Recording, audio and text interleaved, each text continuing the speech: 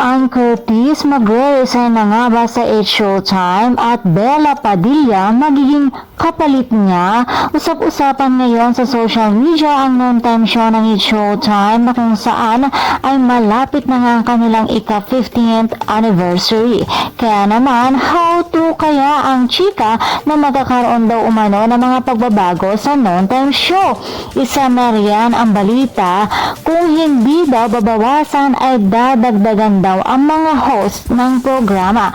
Ayon pa sa chismis ay magpapaalam na daw umano si Ann Curtis sa programa at papalitan daw ito ni Bella Padilla na kung saan ay paminsan-minsang nag-guest co-host sa show.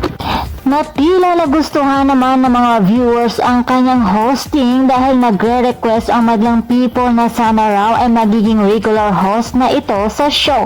Madami ding magagandang feedback ng mga viewers ang natatanggap ni Bella. Subalit kung pwede lamang daw sana ay walang tanggalin sa Showtime, lalong-lalo na si Miss Ann Curtis na alam naman nating lahat na isa siya sa mga nagbibigay buhay sa programa.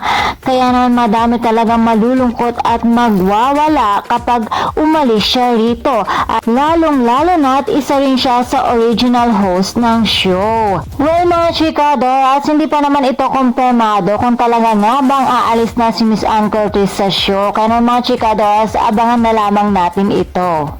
Samantala, inaabangan na ng mga madlang people ang Magpasikat 2024. Madami na ang nag-i-excite sa mga pasabog ng mga host. Kaya mga chikados, abangan na lamang natin ang update sa It's Showtime. And for more showbiz update, please don't forget to like, share, and subscribe my channel. Thank you for watching.